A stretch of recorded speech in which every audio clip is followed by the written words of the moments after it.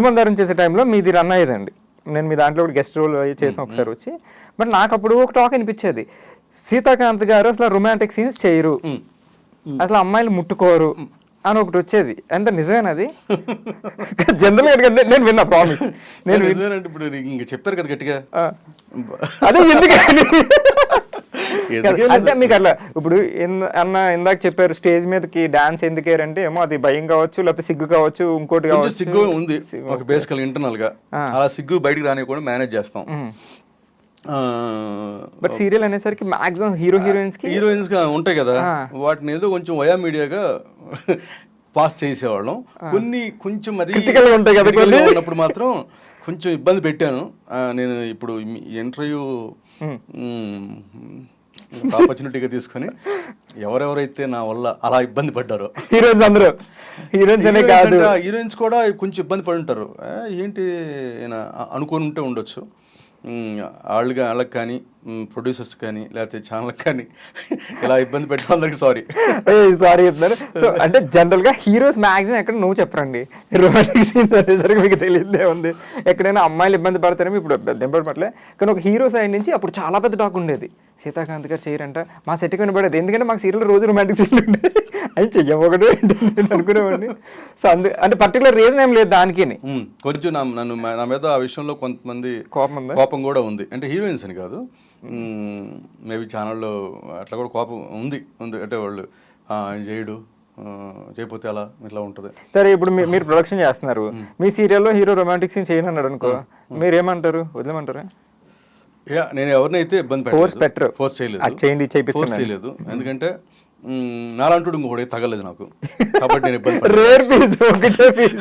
వాడు ఎవరన్నా చెయ్యి. ఇప్పుడు హీరోయిన్ కానీ ఎవరన్నా కాదులంతా అంటే అసలు పెద్దగా అలాంటి ప్రాబ్లమ్స్ అసలు మ్యాక్సిమం రాలేదు. మనం కోరుకున్నవి వాళ్ళు చేయనవి మనం ఎక్స్ట్రా చేయించలేదు, వాళ్ళు చేయనని చెప్పలేదు. ఇప్పుడు ఓకే, రొమాంటిక్ సీన్స్ పక్కన పెట్టేద్దాం, కొన్ని టఫ్ సీన్స్ ఉంటాయి, కొంతమంది చేయలేమంటారు, కొంచెం దూకే సీన్స్ ఎట్లాంటివి కొన్ని ఉంటాయి, అలా కూడా ఇబ్బంది ఏం లేదు. ఎవరైతే దూకే సీన్ సీరియల్ నీకు తెలుసు, అంత యాక్షన్ పార్ట్లు ఏమి ఉండవు. అవును, ఎక్కడో ఒక్కొక్కసారి కూడా అలాంటి వాటికి నాకేం అబ్జెక్షన్ అసలే అలా ఏం చేసేవాడు. ఇప్పుడు నాకు అమెరికా అమ్మాయి ఫస్ట్ సీన్ లో నేను కృష్ణానది స్విమ్మింగ్ రాదు నాకు, రాదా? ఓకే, అక్కడ బ్యాక్ వాటర్ లో తీశారు, అది చాలా లోతుంది. ఒక్క చోట ఒక ప్లాట్ఫామ్ ఉంది ఏదో కింద, అంటే ఇక్కడ దాకా మునిగిపోతాం, కింద ఉంది. అది ఎట్లా ఉందంటే 6x6 ఉంది. ఓకే, ఎవరు ఈత వచ్చినాయని పెట్టారు. బట్ అతను ఎక్కువసేపు షార్ట్ అయిపోయేంత లోపల ఉండలేదు, అంతసేపు అతను వచ్చేయమన్నారు. నేను జస్ట్ స్విమ్మింగ్ చేసినట్టు చేయాలి. ఆ రోజు ఎండ్ అయిపోయేది లైఫ్. బట్ స్విమ్మింగ్ చేసినట్టు చేశాను, కింద లేదు, పోది ముందుకు వెళ్ళిపోయా. వెళ్ళిపోయారు లోతుకి, ముందుకు వెళ్ళిపోయా ఆ ప్లేస్ నుంచి వదిలేసి. సో బట్ ఓకే వచ్చారు వాళ్ళు ఆ టైంకి. అది కొంచెం టఫ్, కొంచెం అలా అంటే చెయ్యనా లేదే ఉండరు, చేత కాకపోతే చేత కాదని చెప్తారు. బట్ అది నార్మల్ అనుకున్నారు, కాబట్టి అనుకోకుండా రాదని చెప్పాం, రాదన్నట్టే ప్లాన్ చేశారు. కానీ ప్రమాదాలు అట్లా మనకు చెప్పిరావు కదా. అలా అసలు ఆ సీన్ చేయడానికి ఒక మధ్యలోకి వెళ్తున్నప్పుడు బోటు కెమెరా ఏం పెట్టారు, అది ఉంటుంది కదా క్రేన్, క్రేన్ పెట్టేస్తే ఆమ్ బయటకు ఉంది. ఆ కింద తూడు ఏదో ఉంటది కదా, అది చుట్టుకుంది బోటుకి. బోటు ఇట్లా పడిపోయింది. కెమెరా కింద వాటర్లోకి వెళ్ళి 3 సార్లు మునిగి పైకి వచ్చింది. అదే అయిపోయా అనుకున్నా అప్పుడే. బోట్ అతను దిగేసి ఆ తూడు తీసేసేసి వచ్చేదాకా అంతే ఉంది. అది పెద్ద ఆ రోజు, అది కూడా డే 1 షూట్ అండి, డే 1 షూట్. అబ్బా, ఫస్ట్ అది తప్పించుకున్న తర్వాత మళ్ళీ ఇది మన ప్రతాపం. మిగతా అది అయిన తర్వాత ఇదా అప్పటికో జరికొచ్చింది. ఇంక మీరు ఏం చైనా నేను చెప్పలేదు అయితే. అది అంటే మీకు ఏ తర్వాత అన్నారు కాబట్టి వాళ్ళు చెక్ అనిపిస్తుంది అంతే, ఓవర్ ఇంకా అయిపోయింది అంటే అయిపోయింది. అంటే ఎక్కడ నాకు అనుమానం లేదు మధ్యలో పోతామని. కొంచెం టైం ముందు మనకు అనిపించింది. డివోషనల్ గా లేదంటారు కానీ చెప్పేదంతా డివోషనాలిటీ లేదు, డివోషనల్ లేదు, స్పిరిచువాలిటీస్ ఏమీ లేవు అసలు పెద్ద విషయాలు, పెద్ద పదాలు. సో జస్ట్ మీకు అనిపించింది వాళ్ళు చేసేస్తున్నారు, గో విత్ ద ఫ్లో అంతేనా? మీరు ముందు భయం వేస్తే భయం అని చెప్తాను, కొన్ని మొహాట్పడి చేసినా భయం లోపల ఉంటుంది. So actor, I mean hero, producer, ఏది మీకు బాగా ఈజీ అనిపించింది, లేకపోతే ఏది ఎంజాయ్ చేశారు?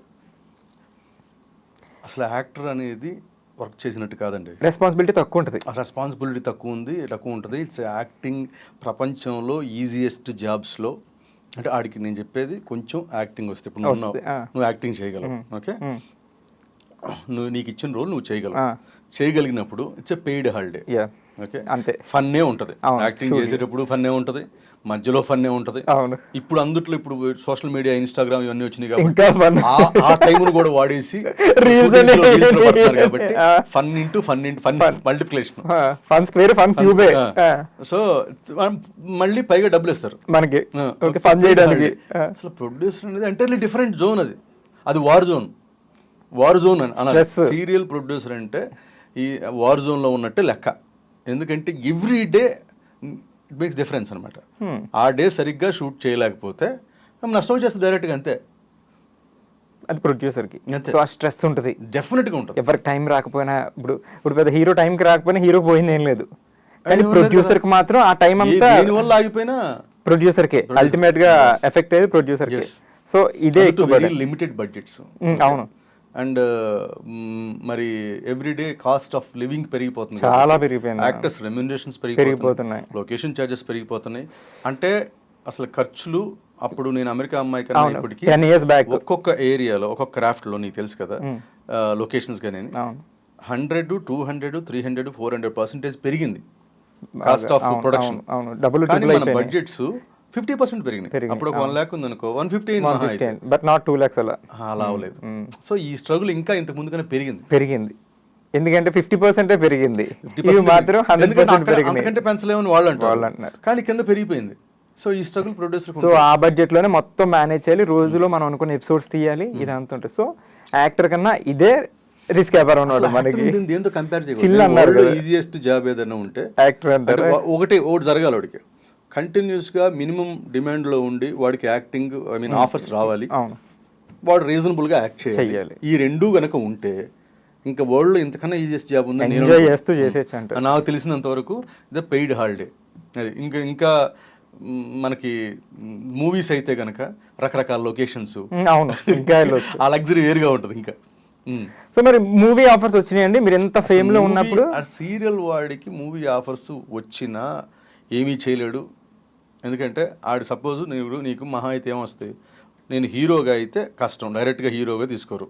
అవును, అంటే దేంట్లోనో క్యారెక్టర్ ఆఫర్ చేస్తాను. ఆ క్యారెక్టర్ ఆఫర్ చేస్తే 10 రోజులు బ్యాంకాక్ అంటారు, లేదా 10 రోజులు పశ్చిమ గోదావరి జిల్లాలో తణుకులో షూటింగ్ అంటారు. ఎట్లా వెళ్తాడు వీడు? చేసేటప్పుడు నాకు 25 నుంచి 27 రోజులు 25 రోజులు 30 days షూటింగ్. ఒకసారి నాకు 3 సీరియల్స్ చేశాను ఒకే టైంలో 30 days షూటింగ్ ఉండేది. మళ్ళీ డబ్బింగ్, నేను షూటింగ్ అయిపోయి డబ్బింగ్కి వెళ్ళేవాడిని. అసలు ఇంపాసిబుల్. నీకు వేరే కనీసం ఇంకోసారి తొంగి చూడటం కూడా ఉండదు. సొంత వాళ్ళ పెళ్ళిళ్ళైనా ఫంక్షన్లైనా ఇంకా అసలు ఇంకా మనకు అన్ని సీరియల్లోనే ఫంక్షన్ జరుగుతాయి, ఏదైనా సీరియల్లోనే. నువ్వు జ్వరం అయినా, అవును, ఇంకా ఆల్మోస్ట్ గాడ్స్ గ్రేస్ వల్ల మనకేమి ఇన్ హెల్త్ లేదు, ఫీవర్స్ అలాంటి సమస్య లేదు. అవును, వెళ్ళిపోతుంది వర్క్. తెలుసు టాబ్లెట్ వేసి కూర్చుంటే షార్ట్ గా రమ్మంటారు, అంతే. సో అంటే ఆఫర్